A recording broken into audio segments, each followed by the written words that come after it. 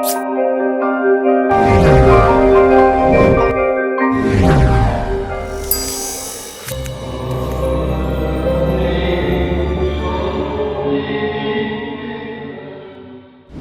হেমন্ত, কণ্ঠে চির বসন্ত।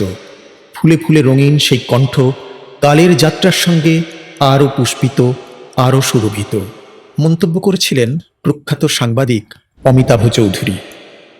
স্পষ্ট উচ্চারণে, সহজ সরল উদাত্ত ভরাট কণ্ঠের মাদকতায় তিনি তুলনাহীন। বাবা ছিলেন ম্যাকিঞ্জির সাধারণ কেরানি। ঠাকুমার মৃত্যুর পর তার পরিবার চলে আসে রূপনারায়ণ নন্দন লেনে। 4 ভাই বোন, বয়স্ক ঠাকুরদা সহ 7 জনের সংসার, ফলে অভাব সংসারে ছিলই। প্রথমে বাড়ির কাছে নাসিরুদ্দিন মেমোরিয়ালে ভর্তি হন এবং পরে হাফ মাইনেতে মিত্র ইনস্টিটিউশনে। সেখানেই সুভাষ মুখোপাধ্যায় প্রমুখের সঙ্গে পরিচয় হয়। সেই বন্ধু সুভাষের উদ্যোগে মাত্র 15 বছর বয়সে রেডিওতে গান গাওয়ার জন্য 10 মিনিটের একটি লাইভ অনুষ্ঠানে 2টি গান পরিবেশন করেন। তখন 1 নম্বর গার্স্টিন প্লেসে অবস্থিত বেতারের নাম ছিল ইন্ডিয়ান স্টেট ব্রডকাস্টিং সার্ভিস। প্রথম গানটি কমল দাশগুপ্তের সুরে যুথিকা রায়ের গাওয়া তোমার হাসিতে জাগের সুরকে অনুসরণ করে তৈরি। দ্বিতীয় গানটি ছিল একটি ভাটিয়ালি, পাড়ার নিরাপদ চক্রবর্তীর কাছ থেকে শেখা। পঙ্কজ মল্লিকের মতো শুনতে লেগেছিল বলে এরপর অনেকে ডাকতে শুরু করেন ছোট পঙ্কজ বলে। তার বাবার অফিসের এক সহকর্মীর মাধ্যমে যোগাযোগ হয় শৈলেশ দত্তগুপ্তের সঙ্গে। তিনি কলম্বিয়া রেকর্ডস থেকে হেমন্ত মুখোপাধ্যায়ের গানের প্রথম রেকর্ড করান।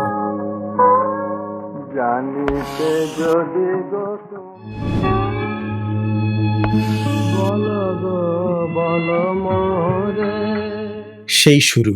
তারপর থেকে 1984 সাল পর্যন্ত প্রতি বছরই গ্রামোফোন কোম্পানি থেকে নিয়মিত তার রেকর্ড প্রকাশিত হয়েছে।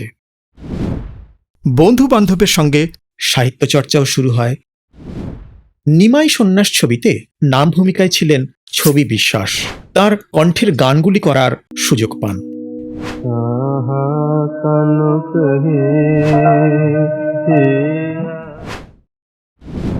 আর হিন্দি ফিল্মে প্রথম প্লেব্যাক করেন মীনাক্ষী ছবিতে।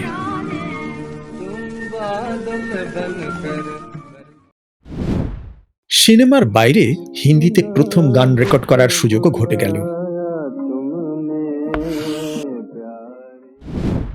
নিজের সুর করা প্রথম গানের রেকর্ড প্রকাশিত হয় 1934 সালে।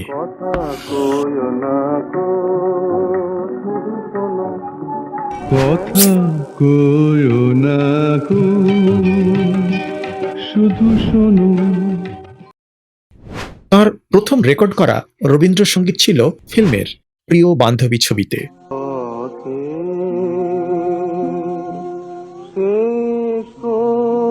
অবশ্য তারও আগে 42 সাল থেকে বেতারে কয়েকবার রবীন্দ্রসঙ্গীত পরিবেশন করেছেন।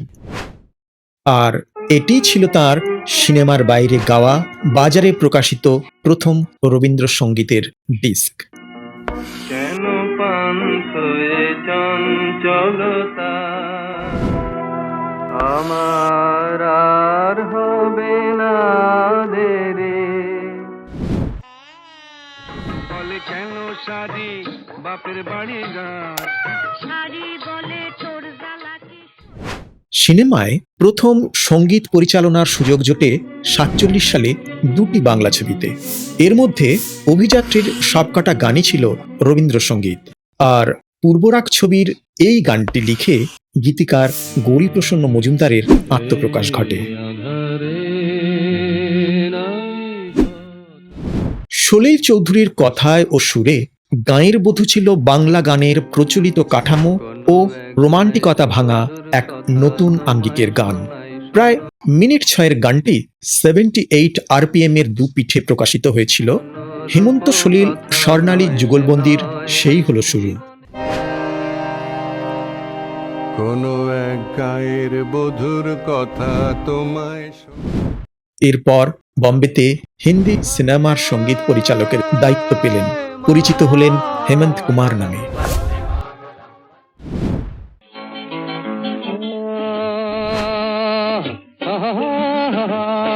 হিন্দি ফিল্মের নেপথ্য গায়ক হিসেবেও জাল ছবিটির মাধ্যমে প্রতিষ্ঠা পেলেন।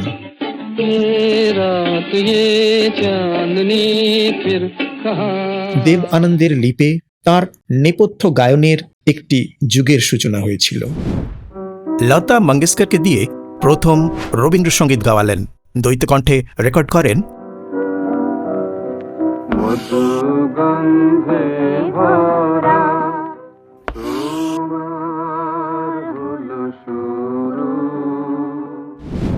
নাগিনের সঙ্গীত পরিচালক হিসেবে সারা দেশে হেমন্ত কুমারের জনপ্রিয়তা ছড়িয়ে পড়ে। সে সময় এর গান 2 বছর ধরে টপ চার্টের শীর্ষ দখল করেছিল।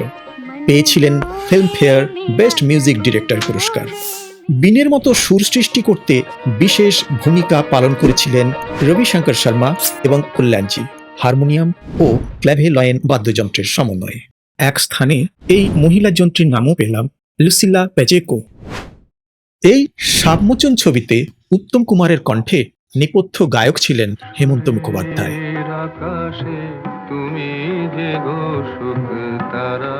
এর থেকে শুরু হয় পরবর্তী কয়েক দশকের উত্তম হেমন্ত জুটির কিংবদন্তি সফর। মুছে যাওয়া দিনগুলি আমায় যে এক পলকের একটু দেখা আরো একটু বেশি হলে এই তো হেথায় কুঞ্জ ছায়ায় স্বপ্ন। নীল আকাশের নিচের মূল কাহিনী ছিল হিন্দি সাহিত্যের মহাদেবী বর্মার। হেমন্ত মুখোপাধ্যায় প্রযোজিত এই সিনেমাটি ছিল পরিচালক মৃণাল সেনের দ্বিতীয় ছবি। নীল আকাশের নিচে পৃথিবী আর পৃথিবী।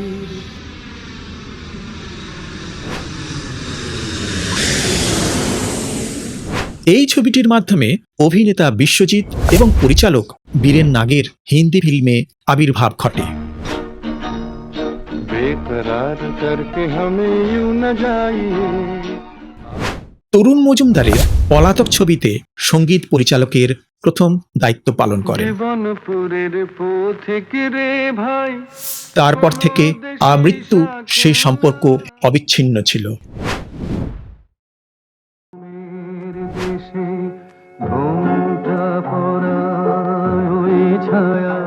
এটি রবীন্দ্রনাথের খেয়া কাব্যগ্রন্থের শেষ খেয়া নামের একটি কবিতা।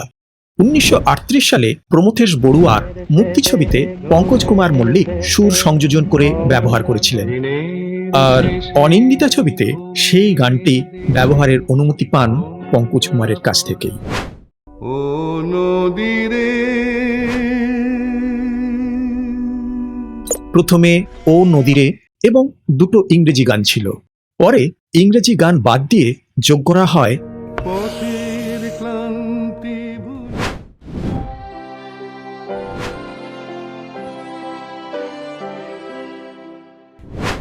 নেতাজি ইন্ডোর স্টেডিয়ামে লতা মঙ্গেশকরের উপস্থিতিতে তাকে এই সম্বর্ধনা দেওয়া হয়। পুরানো সে দিনের কথা।